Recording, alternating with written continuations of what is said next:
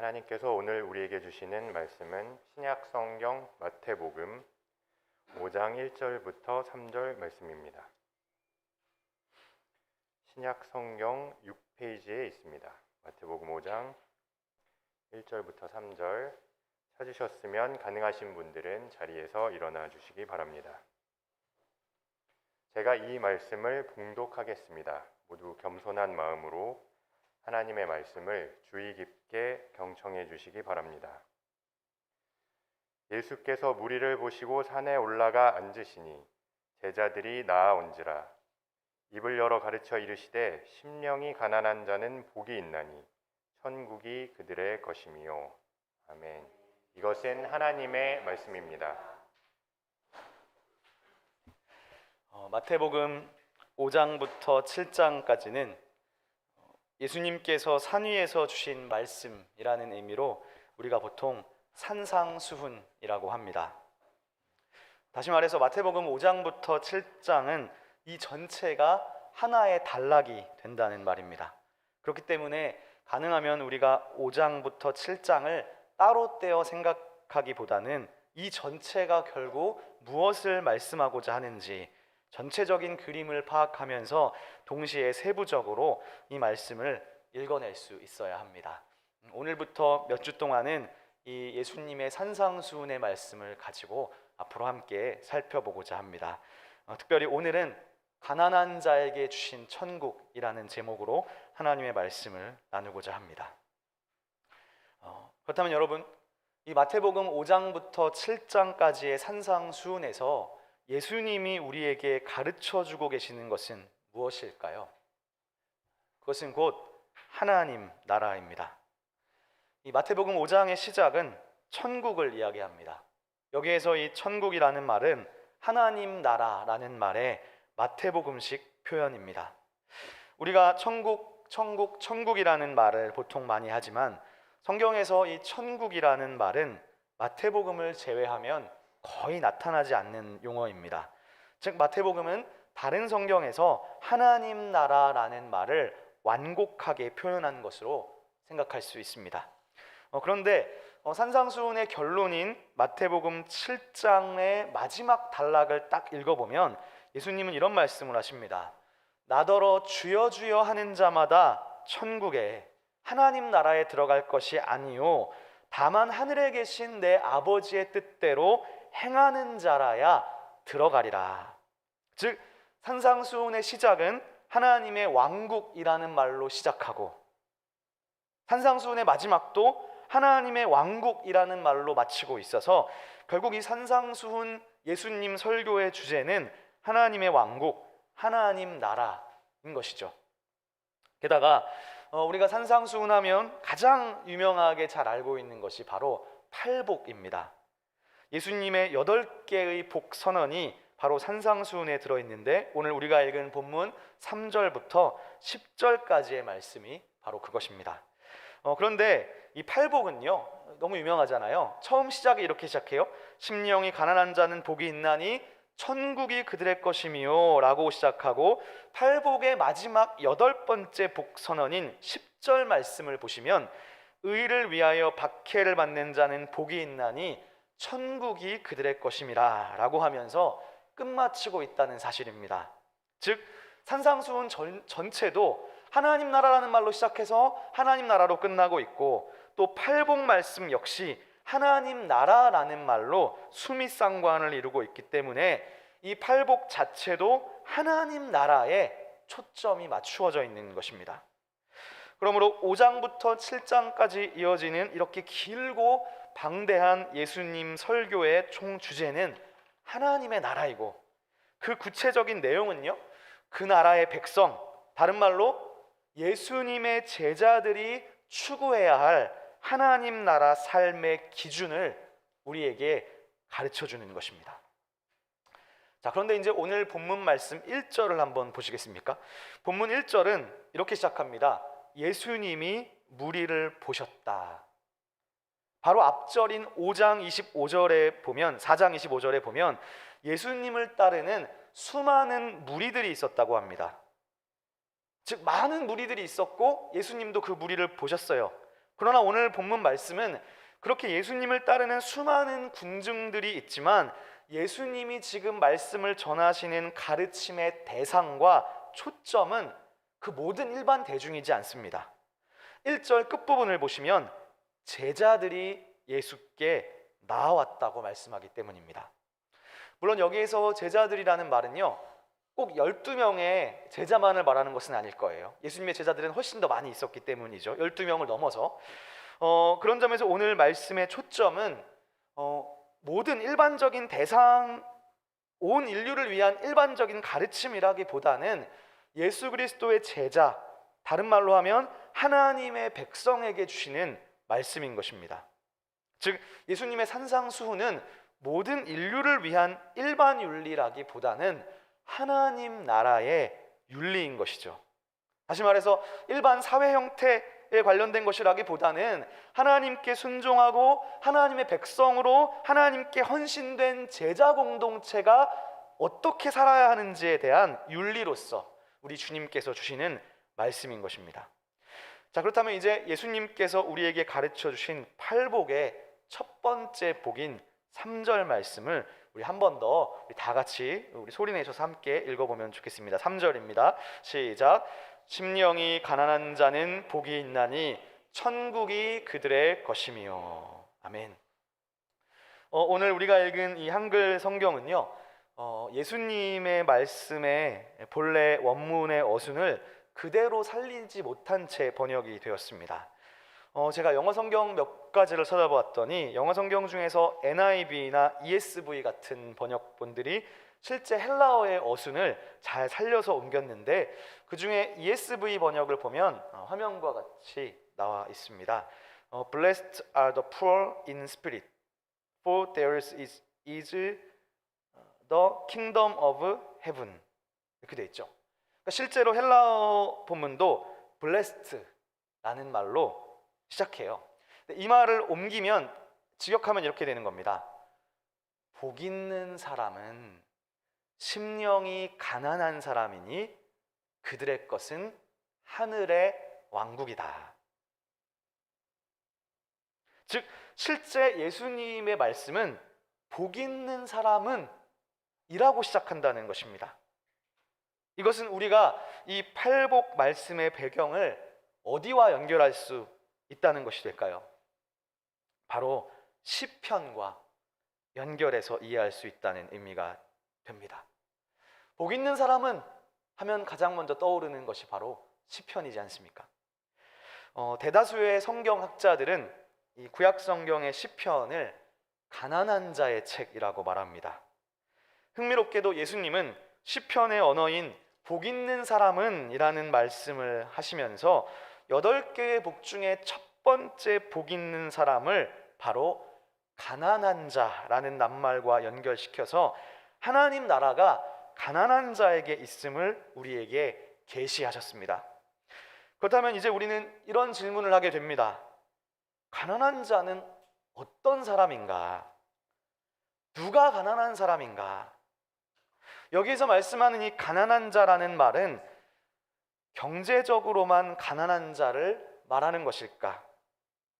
만약 경제적으로 가난한 자만이 하나님의 통치를 받을 수 있다면, 경제적으로 가난한 자만이 하나님의 왕국 백성이라면, 복 있는 사람이라면, 제가 볼 때 시온의 교회 성도들은 아무도 하나님 나라 백성이 될 수 없지 않을까 하는 생각이 듭니다. 그러므로 가난하다는 이 말이 단순히 경제적으로만 가난한 사람을 말씀하는가에 대해서 우리는 질문을 던지게 됩니다. 여기에서 이 가난한 자라는 말이 헬라어로 프토코이라고 쓰여져 있는데, 이 낱말의 배후에 있는 구약의 용어, 특별히 시편의 용어에서는 아나빔이라는 말이 있습니다. 혹은 아나임이라는 말과도 연관됩니다. 즉 구약 성경에서 가난한 자는 아나빔 혹은 아나임, 이 두 낱말이 거의 핵심적으로 쓰인다는 것입니다. 오늘 제가 이 설교에서는 이 아나빔, 다 가난한 자라는 뜻인데요. 아나빔과 아나임이 나올 때 여러분들이 조금 이해하기 쉽도록 그냥 제가 아나빔이라는 말로 통일해서 여러분에게 사용하도록 하겠습니다. 그렇다면 구약 성경에서 아나빔 혹은 아나임, 즉 가난한 자라는 말은 경제적으로만 가난한 자를 가리키는 낱말일까요? 그렇지 않다는 거예요. 시편을 읽어보면 시편에 아나빔이 여러 번 나오는데 그 중에 하나만 제가 소개해보면 시편 10편 1절과 2절입니다. 제가 화면에 썼는데 제가 읽어보겠습니다. 여호와여 어찌하여 멀리 서시며 어찌하여 환난 때에 숨으시나이까. 악한 자가 교만하여 가련한 자를 심히 압박하오니 그들이 자기가 베푼 꾀에 빠지게 하소서. 여기서 이 가련한 자라는 말이 아나빔이라는 말이 쓰였고요. 이 구약 성경을 헬라어로 번역한 고대 사본도 있는데 거기에서는 마태복음 5장과 똑같이 프토코이라는 말이 쓰였습니다. 라고 번역이 되었습니다. 그런데 이 시편에서 지금 한글은 가련한 자라고 했는데 이 가련한 자, 가난한 자라는 말이 지금 이 기도자가 경제적으로만 가난한 상황에 처해 있음을 이야기하는 것인가요? 사실 경제적으로 돈이 없는 가난한 사람인지에 대해서는 사실 본문이 말하고 있지 않아서 잘 드러나지 않아요.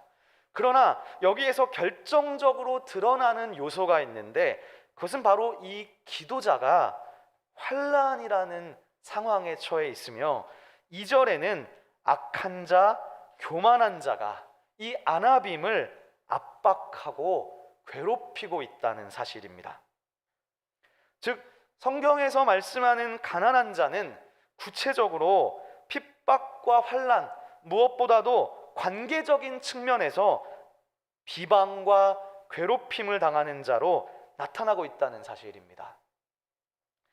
최근에 우리 시온의 교회에서 제가 몇 분과 신방하고 또 이야기를 들으면서 몇몇 분들께서 직장에서 다른 직장 동료 또 혹은 상관에게 괴롭힘과 비방을 당해서 직장을 그만두었거나 또는 그만두고 싶어하는 교우들의 이야기를 듣고 저도 함께 기도하게 되었습니다. 어떻게 보면 그 사람이 바로 시편이 말씀하는 아나빔, 가난한 자라고 할 수 있는 것이죠.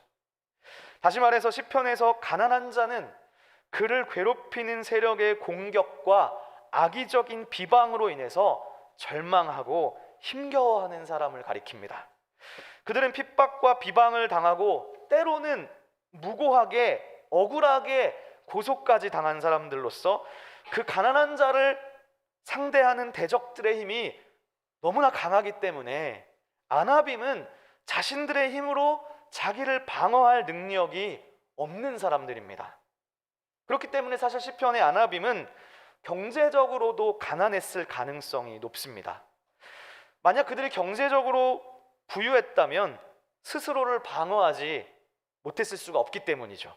즉 시편 안에서 아나빔은 그를 괴롭히고 박해하는 사람들 속에서 자기 스스로를 방어할 돈도 능력도 권력도 가지고 있지 않기 때문에 이들은 오직 여호와 하나님만을 피난처로 삼을 수밖에 없었습니다. 그래서 이 시편을 읽어보면 시편의 아나빔들은 다 어디로 가느냐? 그들은 다름 아닌 시온으로 갑니다. 시온에 성전이 있고 그 성전에는 의로우신 재판장, 체다카의 재판장이신 여호와 하나님이 계시기 때문이죠. 시편의 아나빔은 그들의 유일한 의지 대상인 여호와 하나님께 나아가서 하나님께서 나의 삶에 개입해 주시기를 청원하고 탄원합니다. 그래서 시편은 때때로 이 아나빔을 고아, 과부라는 말로 표현하기도 합니다. 조금 더 범위를 넓혀본다면 시편에서 구약 성경 전체로 이 아나빔을 넓혀보면 아나빔은 고아, 과부, 나그네와 같은 말과도 관련성을 갖게 됩니다. 특별히 이 성경에서 나그네라는 말은요, 이스라엘 국민이 아니라 이스라엘 백성이 아니라 외국인 노동자인데 이스라엘에 거주하고 있는 사람을 가리키는 전문 용어입니다. 그렇다면 고아, 과부, 나그네 같은 사람들을 우리가 묶어서 규정해 본다면 그들은 한마디로 말해서 그 이스라엘 사회 공동체 속에서 법의 보호 밖에 있는 사람을 말한다고 할 수 있어요. 즉 가난한 자라는 말은 경제적으로 가난한 자를 포함하기도 하지만 사회 속에서 괴롭힘을 당하고 비방을 당하는 자이기도 하면서 동시에 법의 보호를 받지 못하는 나그네 외국인 노동자이기도 하며 때로는 사회적 신분이 낮아서 자신들의 신분 때문에 그들의 권리마저도 박탈당한 그런 사람들까지도 포함하는 넓은 개념을 가진다고 할 수 있습니다. 즉 한마디로 말해서 가난한 자 아나빔은 자신들의 생존을 위한 싸움에서 어떠한 혜택도 누리지 못하고 법의 보호도 때로는 받지 못하며 아무데도 기댈 곳이 없는 사람들인 것입니다. 그들이 곧 가난한 자 아나빔입니다. 오늘 예수님의 말씀은 복 있는 사람은 가난한 사람이고 종말론적으로 그 사람은 하나님 나라를 소유했다고 가르치십니다. 복음인 것이죠. 특별히 가난한 자는 경제적으로 가난하고 또 때로는 사회적으로 법의 보호 밖에서 비방과 괴롭힘을 당하는 사람들을 포함한다고 이야기했습니다.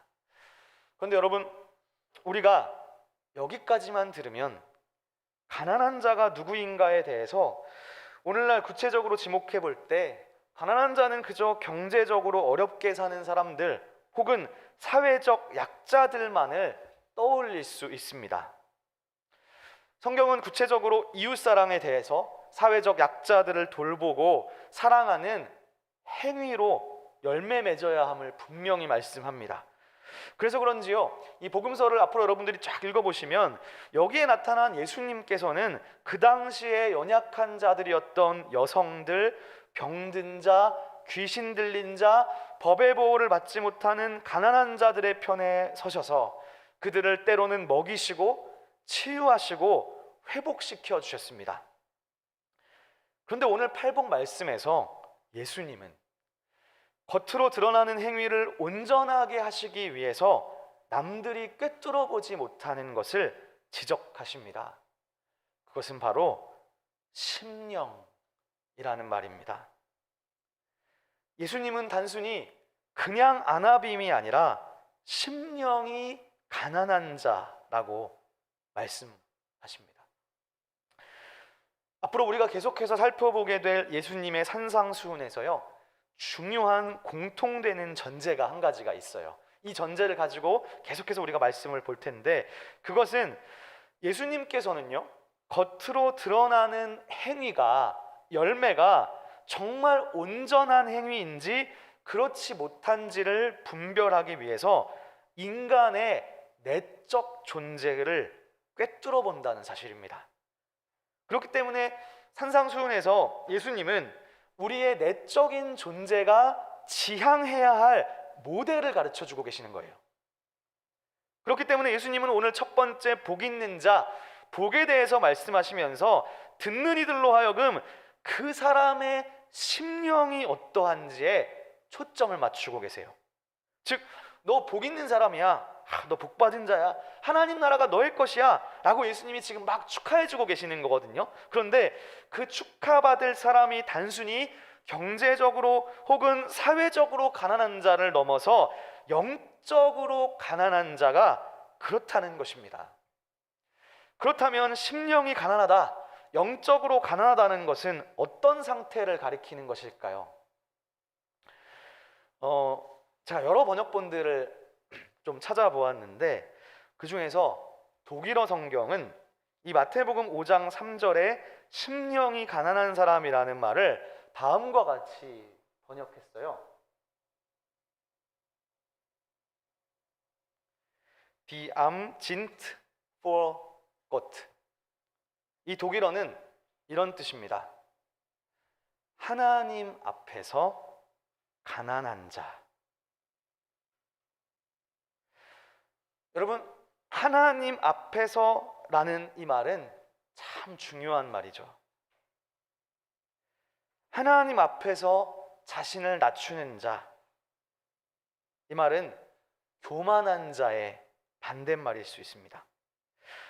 가난하다라는 낱말을 경제적으로, 정치적으로, 사회적으로 규정하지 않고 그런 프레임 속에서 바라보는 것이 아니라 하나님 앞에서라는 아예 다른 프레임으로 다르게 카테고리화하는 것입니다. 그러므로 산상수훈에서 예수님은 우리의 내적 존재가 지향해야 할 모델을 우리에게 가르쳐 주고 계세요. 바로 우리의 심령이 하나님 앞에서 가난해야 된다는 것입니다. 사실요, 예수님은 우리에게 심령이라고 더 사람들이 오해할까봐 더 구체적으로 지적해 주긴 하셨지만요, 사실 심령이라는 말을 빼고요, 그저 아나빔이라고만 해도 사실 똑같은 말이에요. 성경적 의미에서 그냥 심령이란 말 하지 않고 그냥 가난한 자라고만 말해도 이미 그 말 속에는 같은 개념을 공유하고 있습니다. 제가 오늘 설교의 서두에서 예수님의 팔복선언의 언어는, 즉 이 팔복선언의 맥락은 구약성경 가운데 있고 무엇보다도 구약성경 안에서 시편의 맥락에 맞닿아 있음을 말씀드렸습니다. 사실 시편에서 이 아나빔은요, 굳이 심령이라는 단어를 추가하지 않아도 그 자체로 하나님 앞에 서 있는 자들을 가리킵니다. 시편의 아나빔은 어떤 행동을 하나요? 시편에서 드러나는 아나빔의 결정적인 행위는 하나님을 향해 기도하는 자들이에요. 또는 하나님을 찬양하는 자들이에요. 다시 말해서 시편의 아나빔은 그냥 무작정 경제적으로 빈곤하거나 사회적으로 비방을 당하기만 하는 사람들의 총집합을 가리키는 말이 아니라는 거예요. 더 중요한 것은 시편 안에서 아나빔이 무엇을 하고 있느냐입니다. 무엇을 하고 있습니까? 시편의 가난한 자들은 자신의 무력함과 자신의 무능함과 자신의 궁핍함으로 인해서 자신의 삶을 하나님께 내어 맡기는 자들입니다. 여러분, 시편을 해석할 때는요, 이 히브리 시가 어떤 방식으로 작동되는지를 알아야 되는데 그 중에 하나가 바로 평행법입니다. 시편 69편에도 보면, 제가 화면에 가져왔는데 가난한 자가 나오는데 이렇게 쓰여져 있어요. 곤고한 자가 아나빔이요, 이를 보고 기뻐하나니 하나님을 찾는 너희들아 너희 마음을 소생하게 할지어다. 시편은 전반절과 후반절이 주로 평행을 이룹니다. 그런데 전반절에서 저 곤고한 자라는 말은 후반절에 하나님을 찾는 너희들이라는 말과 동의어입니다. 이것이 시편의 동의적 평행법이에요. 즉 아나빔, 가난한 자는 어떤 사람입니까? 바로 하나님을 찾는 자입니다. 즉 성경이 말씀하는 가난한 자는 경제적으로 가난하고 사회적으로도 비방과 압제를 당하는 자이기도 하지만 궁극적으로 가난하다는 것은, 성경이 말하는 가난하다는 것, 특별히 심령이 가난하다는 것은 그 자신이 의지할 데가 아무 데도 없어서 하나님을 찾고 하나님을 의지하는 자, 그가 바로 가난한 자인 것입니다. 즉 가난한 자는 이 시편 69편의 언어에 따르면 하나님을 찾는 자입니다. 이 말을 조금 다른 말로, 조금 더 일반적인 말로 풀어본다면 하나님을 찾는 자는 곧 하나님과 올바른 관계에 있는 사람입니다. 그렇게 시편의 아나빔은 어디로 가나요? 시편의 아나빔은 그에게 유일한 희망, 유일한 소망은 하나님께 있기 때문에 이 세상이 나의 힘으로 바뀔 수 없음을 알기 때문에 가난한 자는 자신의 유일한 소망이신 하나님을 만나기 위해 시온을 갈망하고 시온으로 올라갑니다. 시온으로 순례길을 떠납니다. 그리고 시온 성전의 예배당으로 들어갑니다. 그리고 그 시온에서 자신의 유일한 도움이시오 구원인 하나님께 간절히 호소합니다. 그리고 아나빔은 여호와의 이름을 부릅니다. 그 이유는 그가 의지할 것이 오직 여호와 하나님밖에 없기 때문입니다. 그러므로 사실 시편에 가난한 자는 굳이 심령이 가난한 자라고 심령이라는 말을 사용하지 않아도 이미 예수님의 이 말씀과 일맥상통하는 것입니다. 사랑하는 시온의 성도 여러분, 여러분들은 천국을 소유하고 계십니까? 미래의 종말론적 하나님 나라를 여러분 소유하고 계십니까? 하나님을 찾고 하나님을 의지하는 사람은 이미 하나님 나라를 이 땅에서 살아가고 있는 사람입니다. 하나님을 찾는다는 것, 하나님을 의지하는 사람의 구체적인 내면적 특징은 어디에서 드러날까요? 그 시작이 바로 기도입니다. 기도라는 것은요, 아무것도 할 수 없는 자가 유일하게 할 수 있는 일입니다. 여러분은 기도밖에 할 수 없는 상황을 경험해 보신 적이 있나요? 가능하면 그런 상황에 가면 안 되겠죠. 누군가 이런 말을 해요. 기도만 한다고 되냐? 나가서 움직여야지. 그 말도 맞는 말이에요. 그러나 이 말은요, 나가서 아무 일도 하지 말라는 말이 아닙니다. 성경은 인간의 내면과 외면적인 행위, 이 둘을 결코 한쪽이라도 가볍게 생각하지 않아요? 성경은 하나님의 백성이라면 반드시 행함으로 열매 맺어야 함을 강조해요. 그러나 예수님께서는 그 행함으로 열매 맺는 그 행위가 정말 온전하고 하나님 보시기에 합당한 것이 되기 위해서 우리의 내적인 존재가 지향해야 할 모델을 제시합니다. 그것이 바로 그 사람의 심령, 영의 문제입니다. 그리고 심령이 가난해져야 함을 예수님은 말씀하시고, 그 가난함의 언어는 여러 가지가 있어요. 여러 가지가 있지만 그 모든 것을 포괄하고 꿰뚫는 핵심은 바로 그 가난한 자가 하나님을 향해 나아간다는 것입니다. 여러분, 얼마나 하나님 앞으로 나아가고 있으며 또 우리 시온의 교회는 얼마나 모여서 기도하고 있습니까? 코로나로 인해서 대면할 수 없다고 우리는 정녕 모여서 기도할 수 없을까요? 혼자 기도하는 것보다 함께 공동체로 기도할 때 하나님 더 크게 역사하십니다.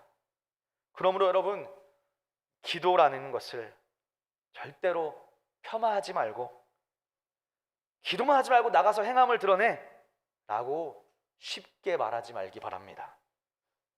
그렇게 말하는 사람은 필경 기도하지 않는 사람이기 때문입니다. 아나빔은 하나님을 찾는 자입니다. 왜 아나빔이 하나님을 찾을까요? 이 세상에 소망이 없기 때문입니다.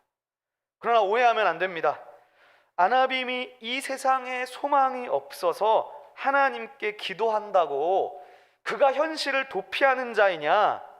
절대 그렇지 않아요. 그것은 앞으로 이어질 팔복의 뒷이야기들을 보면 우리가 알게 될 것입니다.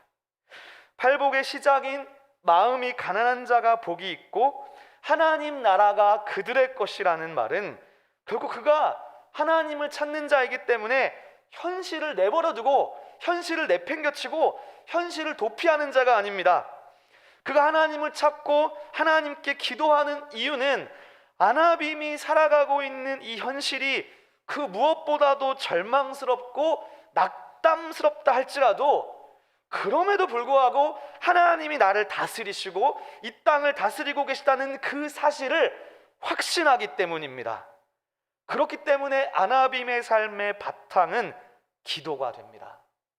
하나님을 부지런히 찾기에 그는 하나님으로부터 힘을 공급받고 그 힘을 가지고 사회를 도피하는 것이 아니라 그 사회 속으로 들어가서 일할 수 있는 것이죠. 더 하나님의 다스림을 확신하고 이 땅 가운데 하나님의 의를 드러내고 하나님이 주신 정의를 실행할 수 있는 것이죠.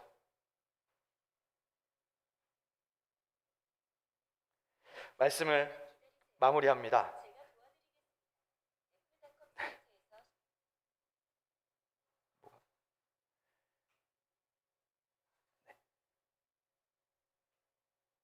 죄송합니다. 네, 말씀을 마무리합니다.